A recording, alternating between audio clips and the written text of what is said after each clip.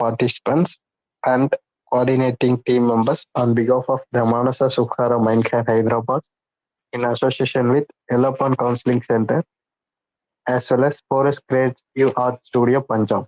Now a short intro about today's resource person, Archana ma'am. She is a doctorate in management from um, Sai University and previously faculty member at HITMS College Ampere. He taught entrepreneurship to become students and hospitality to hotel management students, and her educational journey is a testament to versatility and adaptability. It includes BSc in biotechnology and MBA in tourism and hospitality management as well as PGDCL IPR from HCU. Currently, she is doing PGDCJ and FS from Central University Hyderabad. Her academic powers evident that she had more than 10 research papers published in various UGC recognized journals, and she is currently practicing as an advocate and running her own law firm, BPA Law Chambers, and will be joining LLM as a student again in next month. She is also student of forensic science at Sherlock Institute of Forensic Science and psychology student at GDC organization as well as Coursera Udemy. With that short intro, I would like to hand over the session to you, ma. Happy to have you, ma. The floor is yours. Thank you so much for the opportunity. Let me share the screen.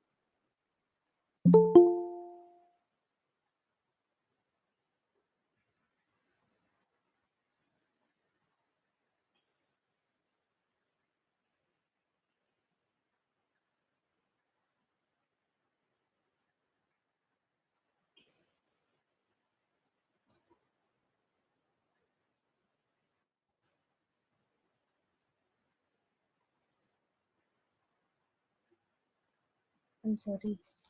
Hello?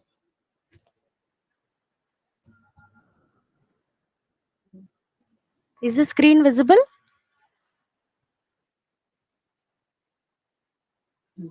Thank you. Thank you. Okay. So, what are defense mechanisms? Our human mind, it is great at creating ways, inventing new defense mechanisms to protect us from feeling unpleasant emotions. To protect us.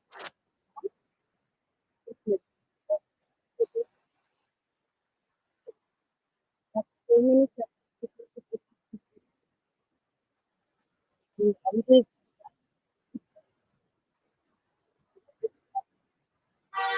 everyone, we all do it all the time. So why do we have defense mechanisms? They help us. Can you see the second slide? Hello. This is the second slide. Hello. Yes. Mhm. So defenses help us to avoid fully experiencing uncomfortable emotions, uncomfortable or unpleasant emotions. We all do it all the time, but using them too much, too frequently, too much, it can lead to mental disorders. So, so managing emotions is like managing our breathing. So most of the time, people do it. We have defense mechanisms. We show all those things unconsciously most of the time. Sometimes they are also conscious, like for example suppression and repression. Like for example lying. When somebody consciously says a lie, it's a defense mechanism that is done consciously. Unconscious defense mechanism, denial. uh, denial or repression in the childhood, maybe when you are 2 years 3 years age old, and you had some problem with your mother, or you faced some trauma, and you don't remember it, you yourself don't remember it, and because of that in the adulthood, uh, it has some other behavioral consequences, like uh, feeling helpless, even learned helplessness, like that. So uh, being codependent, overly dependent on other person, like that. So some of the defenses are conscious and some are unconscious. Most of the times they work automatically and intentionally unintentionally, sorry. Most of the times they work automatically and unintentionally without our knowledge. We do it all the time, all of us, and we ourselves don't know that we are doing it. Hello, anybody want to ask anything? Okay.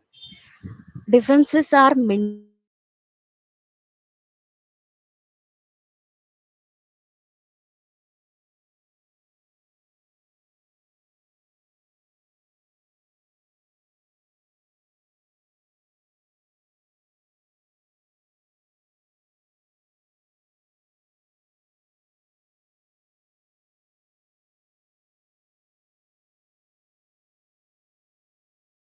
from harm, danger, or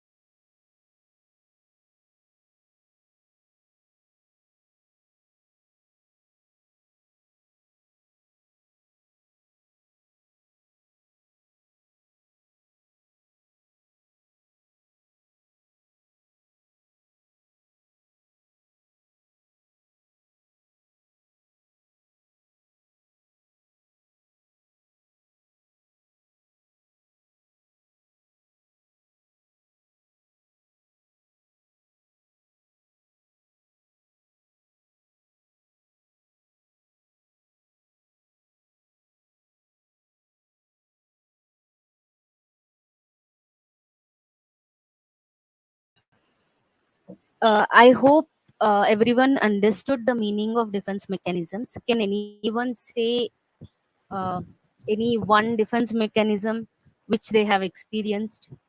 We always do, consciously, some, and also unconsciously. If you have understood what is defense mechanism, can anyone give any example? It's like a fight or flight response in a situation. Awesome. So when we are afraid, the fight or flight response, we try to avoid the situation, or we try to run away from the situation, or we try to fight and win. Even that's a defense mechanism. So some of the defense mechanisms, example, displacement.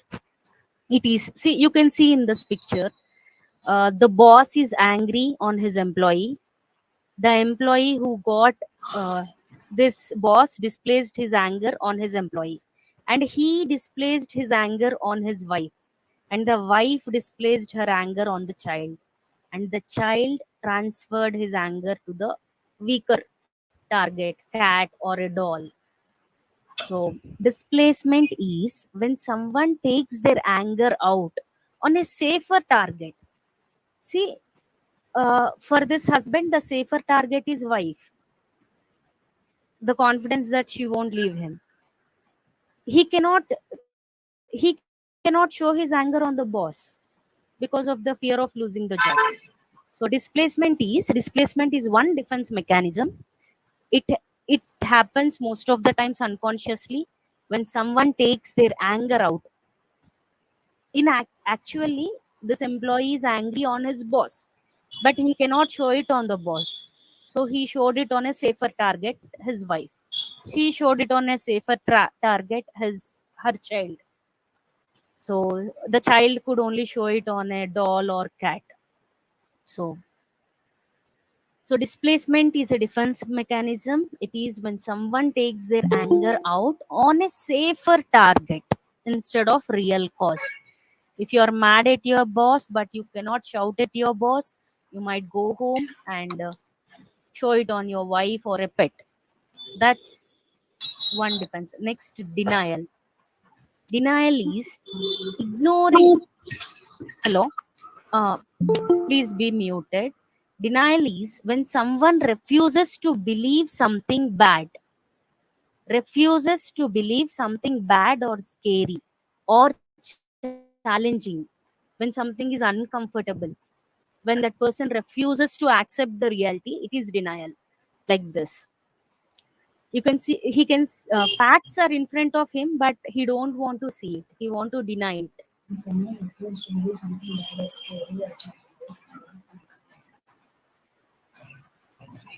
Ma'am, do you want to say anything? If there are any if there are no questions, please be muted. And if there are any questions also, we can have the question answer session at the end of the class.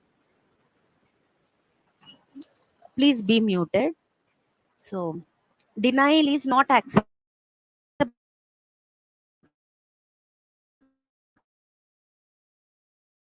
the giving fear, or it is challenging, or it is uncomfortable. For example, if someone is very sick but keeps saying they are perfectly healthy, they are denying the problem.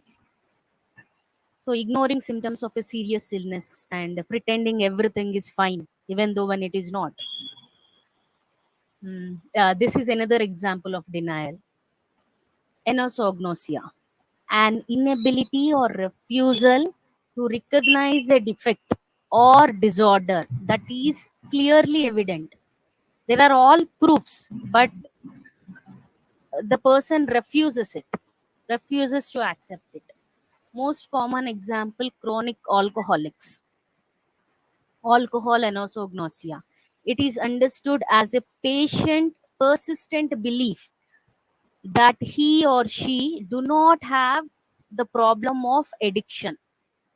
He is an addict, but he always says, I can leave it anytime. I am not addicted. This is most commonly observed defense mechanism. Then, sublimation. Sublimation is when someone takes their strong, unacceptable feelings and turn them into positive actions, turning the negative into positive. Example, if someone is very angry, they might start doing kickboxing to let out their frustration. That's a healthy way, socially acceptable way of letting out the negative emotion. So this is one defense mechanism, sublimation. In this quotation, you can see, I want everyone to tell me that I can't do it because that motivates me more than anything. Madam, please be muted.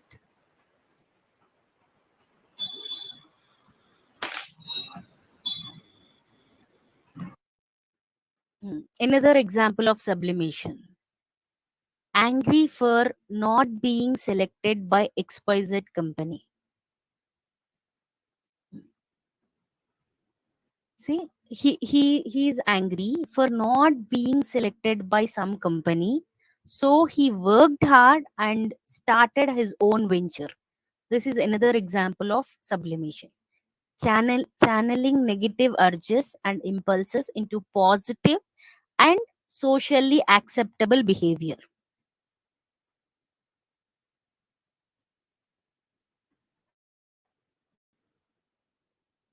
Okay.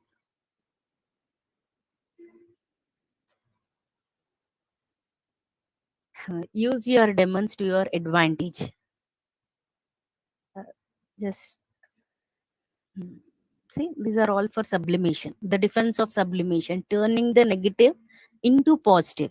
The darkness that is around you is meant to expose the light inside you. Fear always says, I must prove everything. So, and another defense, next defense mechanism, repression. It is unconscious. It is done unconsciously, keeping unpleasant memories out of conscious mind. Example, imagine being abused as a child, but you don't remember the abuse. But the consequences of it can be seen in the adult person who is in front of you today. So, as an adult, you might behave fearfully or feel powerless due to past abuse, even if you don't remember it. It happened maybe when you were 3 years old or 2 years old. You don't remember it, but because of the trauma you faced um, at an age which you don't even remember, can show its effect on you as an adult. That can make you fearful or feel powerless even now. That's one defense mechanism called repression. Unconsciously blocking distressing memories can lead to struggles with connection. Such people cannot maintain good relationship. They can be extremely angry. They have more anxiety and neurosis kind of problems. So understanding the root cause is important. The reason for for this angry man could be something in his past, something in his childhood which he don't even remember. So that is one defense mechanism called repression. So until you make the Carl Jung said, until you make the unconscious conscious, it will direct your fate. It will direct your life, and you will call it fate. These are inner child wounds. Maybe something happened at an age which you don't even remember. Guilt wound. It can make the adult behave in a way who always apologizes. Mm. So who always want to be independent and doesn't want to take help. uh, Guilt wound in the childhood can make an adult who is afraid to set boundaries. So like this, abandonment wound, neglect wound, trust wound. Mm. See, as an adult, that person doesn't even trust himself because he has a trust wound at an age maybe 5 years, 6 years, or 13 years, 10 years, or maybe when the child is of months old, something traumatic has happened, and it got fixed in the subconscious mind, and the person himself doesn't know. So that is one defense mechanism. Then projection. It is attributing your own unresolved issues. It is attributing your own fears to others. Like a thief thinks everyone is a thief. This allows you to avoid facing the aspects within yourself. Example, if you feel insecure about your abilities, you might accuse others of being incompetent. Somebody who feels he is incompetent, who always who self sabotages, who thinks negatively, can also speak negatively about others, seeing them the same way as they are. See, the whole world is an outward projection of our mind. See, when we show one finger to others, four fingers will face us. They'll be towards us. So notice how quickly the mind constructs stories, judgments, and meanings around everything that we see. Yat bhavam tad bhavati. See, the way we see changes the perception. So, can you disengage from the dream and recognize the screen of awareness? See, when we see it as a, when we see every situation in a detached way, as if uh, everything is happening in front of you, like you are sitting in a movie theater and you are watching a movie. You don't cry at it, you don't overreact, because you took a detached stand. So so we always project our insecurities onto others. Somebody who failed, who tried UPSC many times and failed, will say, it's difficult, you cannot get, like that, discouraging. So attributing your qualities, like for example, a narcissist, even though he emotionally abused his wife, even though there is evidence, when you show it, he says no, and he creates some stories to project the blame on his wife. So that is one example of defense mechanism called projection. Then suppression and repression. Can somebody say difference between suppression and repression?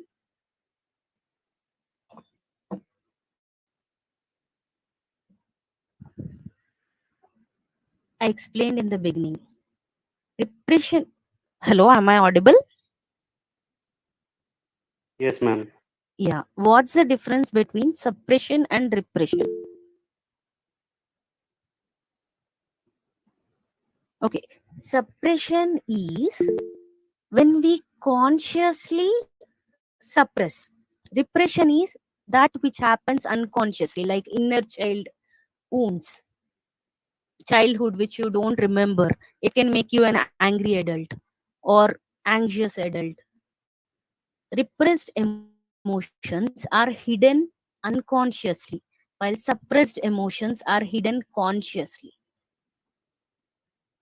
If it is conscious, it is suppression. If it is unconscious, it's repression. So, repressed anger can lead to explosive outburst.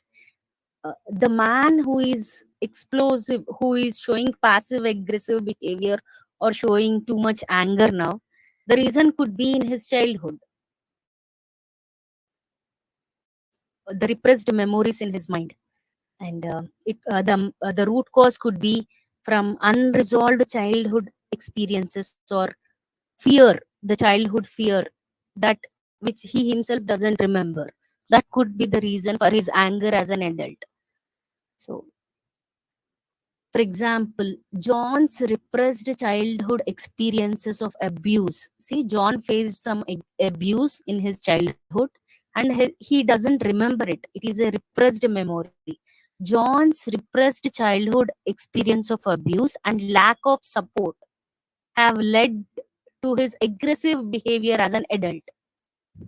When he was a child, lack of support. His mother didn't care for him, or she didn't give enough support to the child, and he don't even remember it. We don't remember our early childhood, but that could be the reason, the root cause for the aggressive man whom we can see today. So it's one defense mechanism. Then understanding and addressing these past experiences is important for John to manage his anger and protect himself.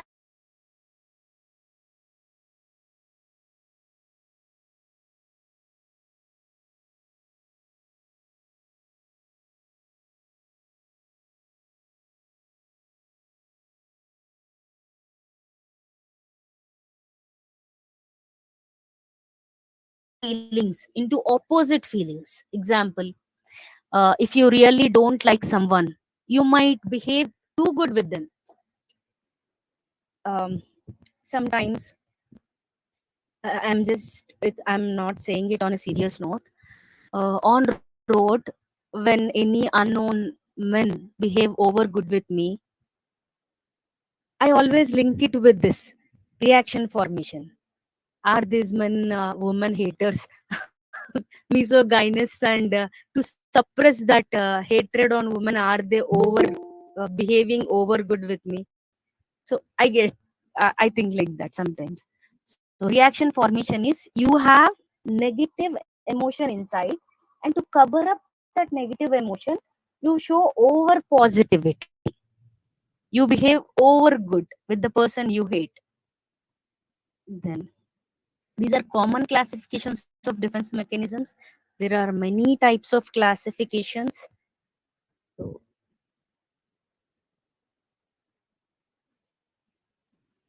we all we all uh, we all have defense mechanisms, and we do it both consciously and unconsciously all the time. So see, this is reaction formation. He's a pessimist. It's just for a joke on a lighter note, not seriously. So then regression, suppression, repression. Suppression is the defense mechanism of suppression is something you do consciously. Repression is you forgot it unconsciously. And regression is when someone goes back to behaving like they did when they were younger. That is going back, regression. They are feeling because to avoid the unpleasant feeling of fear, or they are overstressed, so they go back to their young age and behave like a child. Example, for example, if a teenager is very afraid or angry, very angry, they might start acting like a kid again, such as, see, it happens unconsciously. It's not something done intentionally, like wetting the bed, or wanting to be hugged, cared, behaving like a kid. That's a defense mechanism called regression. Then rationalization. This is one defense mechanism. When someone makes up a reason to explain something that is hard to accept. Example, a student who gets less marks, they might say it is teacher's fault instead of accepting, taking responsibility for their marks. So that is rationalization. Some people are very good at creating stories. They can convince on anything by using logic and creating some story. So that is the defense of rationalization. Then identification. It is when someone feels happy and proud because of the success of others whom they admire.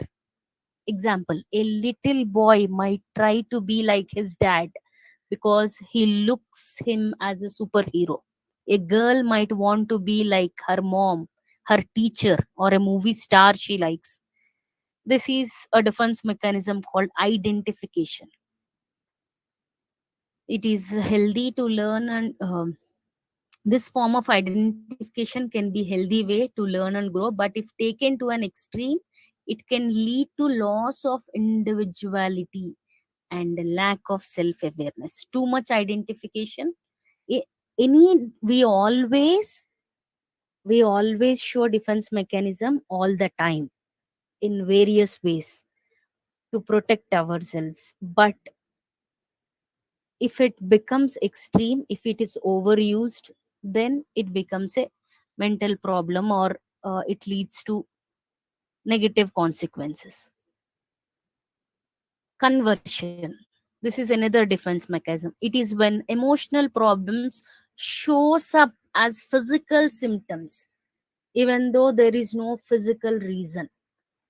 Sometimes you get neck pain or shoulder pain. It is because the root cause of that is not physiological, but the root cause of it could be the emotional pain. Example, a student who is very worried about an exam might get a headache.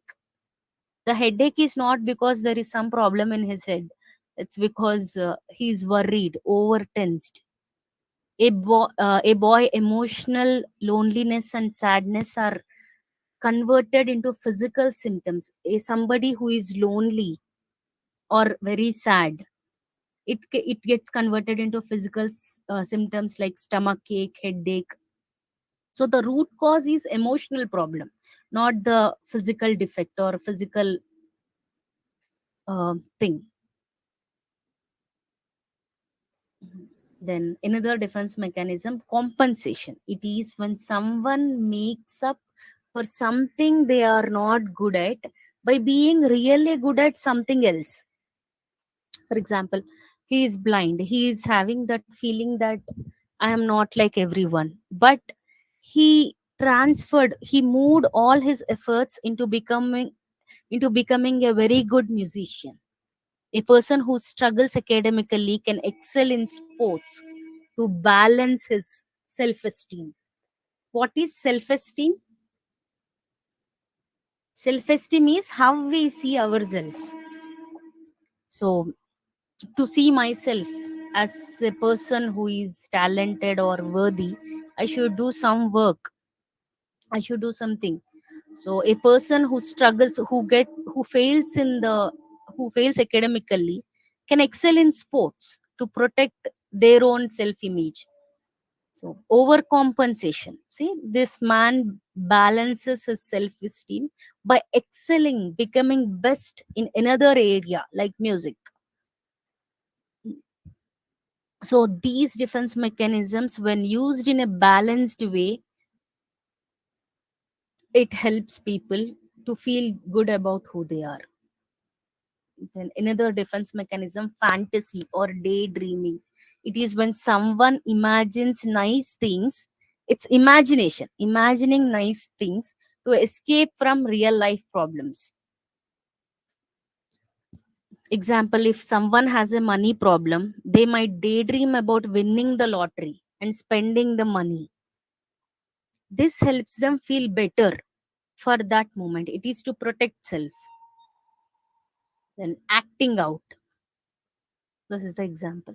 Acting out is when someone shows their feelings through extreme actions instead of talking about them. If someone is angry, they might throw a book or punch a wall or break their phone to show that they are angry.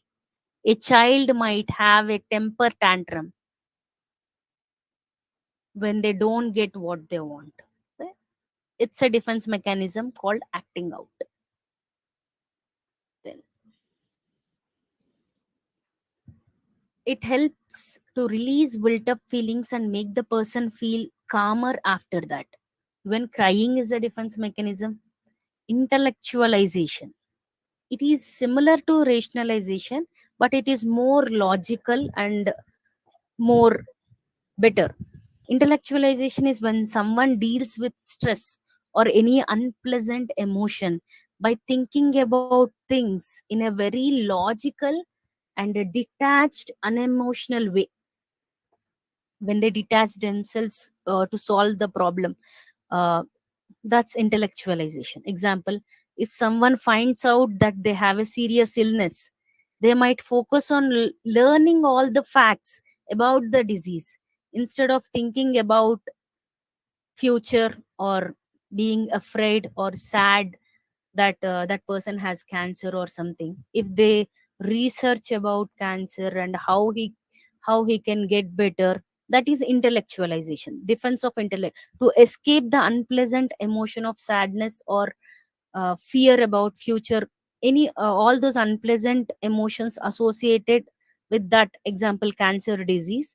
He does research on it. So that is an example of intellectualization. When someone deals with their unpleasant feeling by thinking about things in a logical way without emotions. Then dissociation, it is like feeling disconnected, detached while doing something you enjoy, similar to watching yourself from a distance. It's a way the mind copes with tough experiences by creating a backup plan to keep going when, even when feeling disconnected from reality. It is as if you're watching yourself play from a distance. You yourself have detached yours and um, managing the unpleasant emotion. Example: imagine sitting in a boring class. This might have happened for most of the people. You are in a boring class, um, and suddenly feeling like you are floating above your desk, watching everything from the ceiling. Or you might imagine something else. Now you are in this class, and maybe if you feel this class is boring, you might be imagining something else which attracts you. So that is also dissociation. See, it is your mind takes a mini escape. It takes you somewhere and then it again calls you back. So, undoing is like trying to fix a mistake by doing something nice afterwards. Imagine you accidentally hurt your partner or your friend's feelings.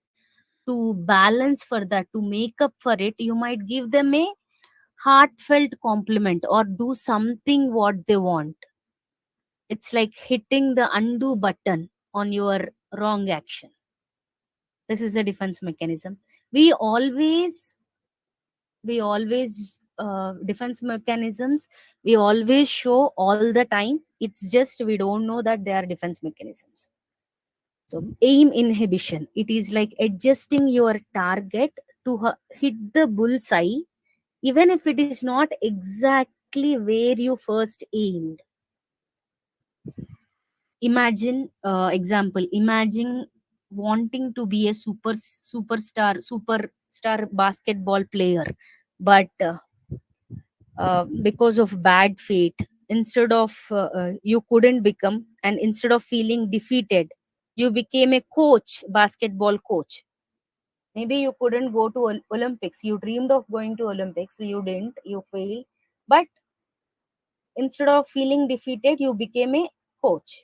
You are still in the game, just with a different role. This is aim inhibition, adjusting your target, your dream goal to hit the bullseye, even if it's not exactly where you first aimed. Then altruism. Imagine you have a magical backpack. When you help others, you fill your bag with good feelings. It's like collecting all the beautiful things in your bag, doing good. You do nice things because it makes you feel happy. Even this is a defense mechanism. There is some self-esteem problem or uh, self self-criticizing or something, some frustration, some negative. To compensate the negative inside, you behave over good outside. So you do good things so that you feel good. Passive aggression, it is showing anger in a passive way. Like a common example is when someone constantly forgets to do something they should do as a way to express their anger or frustration without directly saying. Intentionally, they forgot to do something. So that is showing passive aggression. Both well adjusted and maladjusted individuals use this in their daily lives. So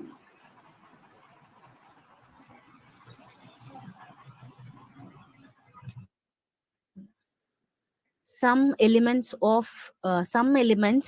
we can just quickly go through some elements that can give rise to defense mechanisms. Some of the things: judgment and experimental gap. Our mind, most of the time, it judges things, judges situations, and interprets events based on our own past experiences. The experimental gap occurs when our inner understanding doesn't fully match with the reality. For example, I have a belief. Example, I'm saying, for example, I have a belief that money solves all problems, and I have millions, but I have different problems which money cannot do anything. That causes frustration. So it's a experimental gap. Um, mm, Somebody took money from me, and by giving money to my friend, I lost both money and my friendship. So that's a past experience. So because of that, I may judge that I should never give money, like generalizing it to all the people. People thinking that people are exploitative. Everybody want profit. See that that negative thinking is because of judgment. That judgment is because of one of few of my past experiences I faced in my past. And experimental gap is when inner understand, when it is not the reality and the reality is different from my belief. That's the gap between it, is experimental gap. So this can lead to defense mechanism. And what is interpolation and extrapolation? See, when there is gap where I don't know, filling the gaps between known points. It's like connecting the dots. I don't know completely, but I generalize it. That is interpolation. Like all men are bad, all women are bad. It's filling the gaps without a proper evidence, overgeneralization. And extrapolation is extending beyond known points. See, I'm judging without knowing the complete picture. And also predicting future trends. Then, see, all these elements can lead to defense mechanisms. These are few elements. Then, unconsciousness. Example, procrastination. Sometimes we procrastinate without realizing it. Example, we might avoid starting you have an important project to complete in 2 days, and you avoid to start working on it by mindlessly scrolling social media or watching some funny videos, TikTok videos or cat videos. This is a defense mechanism. You are stressed, you are afraid to complete it in 2 days, but uh, to lessen that stress and fear, that unpleasant feeling, you are procrastinating without your knowledge. You are you are not starting your work and you are wasting the time. It's also a defense mechanism. The automatic defense mechanism to protect us from discomfort, even though we don't know. Then denial and repression. By refusing to accept certain things, certain desires, you push them into the unconscious. Example, A and B, Archana and Bhavna, repress their feelings of anger towards their strict parents. Repressed means unconsciously, you forgot. In childhood, your parents were very strict and you have anger on them, and you don't remember it, but these hidden feelings which which are in your subconscious mind, which you yourself not aware of, these can still influence your behavior in the adulthood. Like A and B can be anxious adults, nervous or angry when someone says oversensitive. When someone criticizes, or even for a silly things, they overreact. So that is because of repression which they themselves don't know. It happens unconsciously. So they always unconsciously develop some defense mechanism to avoid judgment or criticism, like being an introvert, not avoiding people. Then projection, this we have already. I'll just go through. Projection involves attributing your own fears or issues, your own things to others to avoid facing the bad inside you. If you feel insecure about your abilities, you might accuse others of being incompetent. For example, a thief says all are thieves. A wrong person sees everybody as wrong. That is projecting his own uh, shortcomings. Shame and guilt. See, what is the reason for that? Harsh self judgment for certain things. This makes it harder to bring these aspects into conscious awareness and acceptance. Example, feeling guilty about a past mistake. You did something, you failed somewhere, and feeling guilty about it can lead you to avoid such situations. So that shame is often viewed as a self-defeating and irrational emotion. It is not rational. It is from irrational thinking that arises from rigid thinking, not flexible. This should happen only in this way. I should not have done that. We are humans. To err is human. But by rigidly thinking, I did a mistake, I should not do the, I must have not done that, I am stupid. By thinking like that, the shame and guilt develops. So rigid and unrealistic.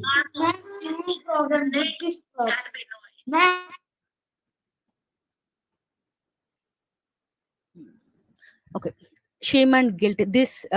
These are some of the elements that can lead to defense mechanisms. It can stem from internalizing negative judgments or criticisms from others, as well as holding unrealistic expectations of self, or clinging to perfection standards. See, this is the compass of shame that can show somebody who is having that element can show withdrawal. He can isolate himself.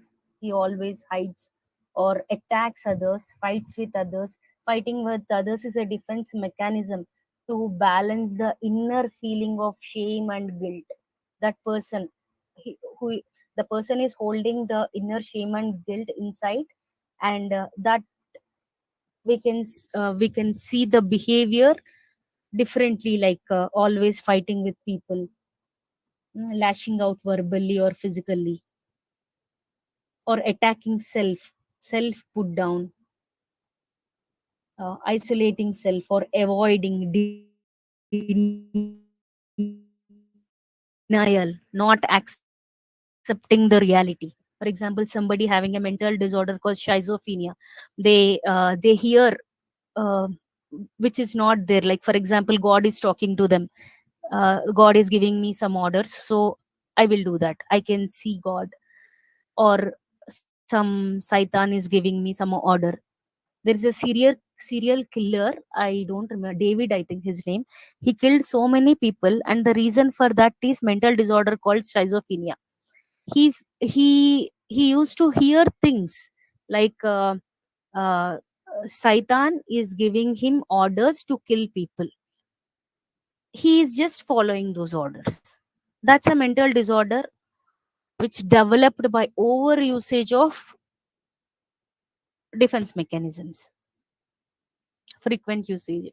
All these elements like shame, guilt, or frustration, sufferings in life, all that, such things could lead to mental problems. So culture and social conditioning, even this can cause, this is one element that causes defense mechanism. one to develop defense mechanisms. Like environment and relationships can discourage the expression of certain emotions or traits, pushing them into the unconscious. For example, in our Indian culture, men are often discouraged from expressing emotions like fear or sadness. As a result, they might unconsciously repress these feelings that can lead them to be emotionally numb as an adult. This repression can be seen in the adult as a defense mechanism where they are emotionally detached or angry, anxious. Then another element that can lead to defense mechanisms: fear of rejection or judgment, hiding traits of self that you believe are unacceptable by the society or unlovable by people. It prevents our authentic expression. Example: if you fear rejection of being assertive, you might develop a defense mechanism of excessive agreeableness. Because you are afraid, you agree to everything people say. Lack of self compassion, an overly critical or harsh attitude towards self. It reinforces shadow aspects, like some of the defense mechanisms in a shadow way. Instead of embracing these parts with understanding and forgiving self, you perpetuate self judgment, maintaining the separation between conscious and unconscious self. So so this leads to a defense mechanism called self sabotage. So understanding these elements can help you recognize and address defense mechanisms, leading to healthier coping strategies and greater self awareness. Healthier coping strategies are always good, but unconscious defense mechanisms are also good, but beyond a limit, they are bad. So, if you can change your mind, you can change your life. Thank you.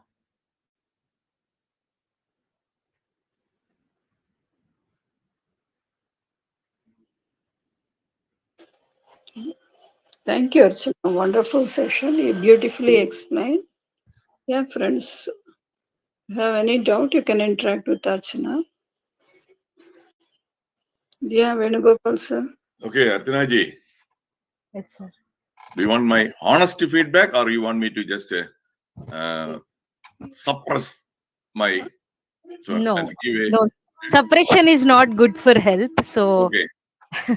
Then the point I want to make is this topic, it should have been approached like the Ramayana. It is in 7 kandas, Balakanda, Ayodhya Kanda. But if you put everything together, that would be too much. If this also has plenty of this one, you could have just given in 4. There is a defense mechanism part 1, part 2, part 3, part 4. In part 1, suppression, repression, displacement, and projection. So that you'll have enough time to go at a slow pace. People will be able to absorb. Right now, too much information, I'm sure, I'm absolutely sure. There are some 28 people. You ask the 28 people right now, ask them to tell the defense mechanisms, all the defense mechanisms. Do you think that they'll be able to remember and recall? And even the examples? No. So that is my honest feedback. The contents were really good. The examples were also really good. thank Too you. much. Too much. So 4 parts. Okay? 4 parts. Balakanda, Ayodhya Kanda, Aranya Kanda, like that. Then that would be very, very useful.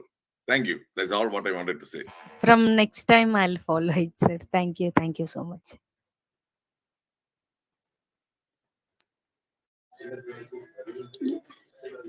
Yeah, friends, others can interact. Yeah, hi Archana, this is Jaya. It was a nice session. I wanted to just refresh the Sigmund Freud and his daughter's defense mechanisms. So I attended this. It was really very good and very informative. It was so refreshing. And if possible, please share the PPT. Sure, definitely, ma'am. Thank you. Thank you so much. Yeah. Thank you, Jayalakshmi. So, Yeah, Archana, ma'am, this is a query if I'm permitted to ask. So, here I have two questions to ask, which I have noted. So, could you please let me know what's your view about what is the difference between coping mechanism and defense mechanism? And apart from that, one more question that I have is, so could you let me know what is the difference between emotions and feelings?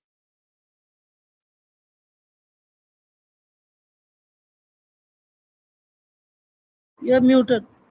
you're in mute, Archana. Okay, sorry. Okay, defense mechanism can be conscious and also unconscious. Most of the times, the defense mechanisms are followed unconsciously. Coping mechanism is also a defense mechanism which is done consciously, intentionally, consciously, to cope with a difficult, tough situation.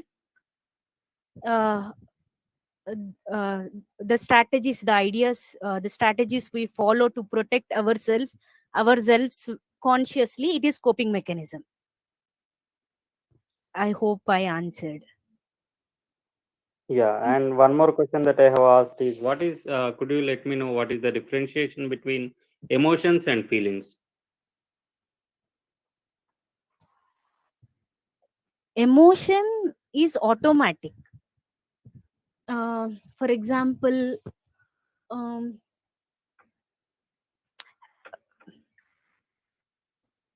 what for example, somebody is angry and they showed their anger. That's an emotion. If you can understand Telugu, ఆ అమ్మాయి emotional అయ్యింది అంటారు.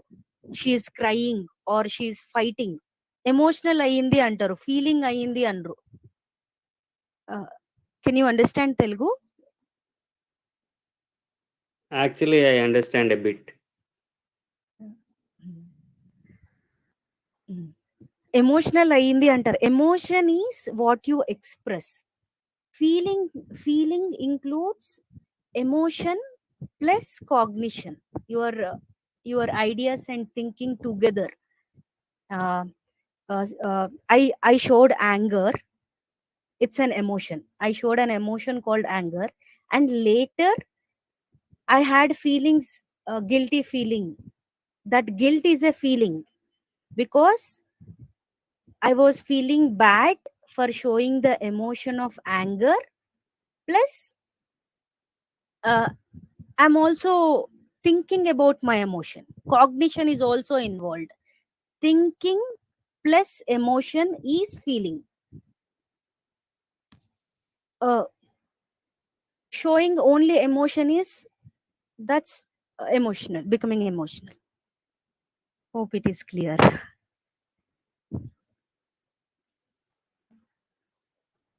Feeling is an emotional thinking, right? Right. Perfect. Thank you. Thank you, Raghu. Yeah, those who want to interact with Archana, they can.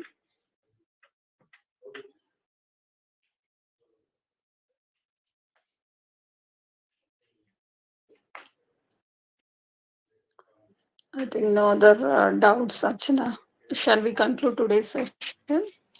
Yes, ma'am.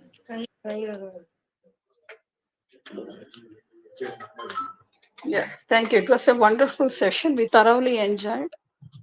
It's more of a very core subject in psychology. As Venugopal sir mentioned, it's difficult to understand and explanation also, but you beautifully did today.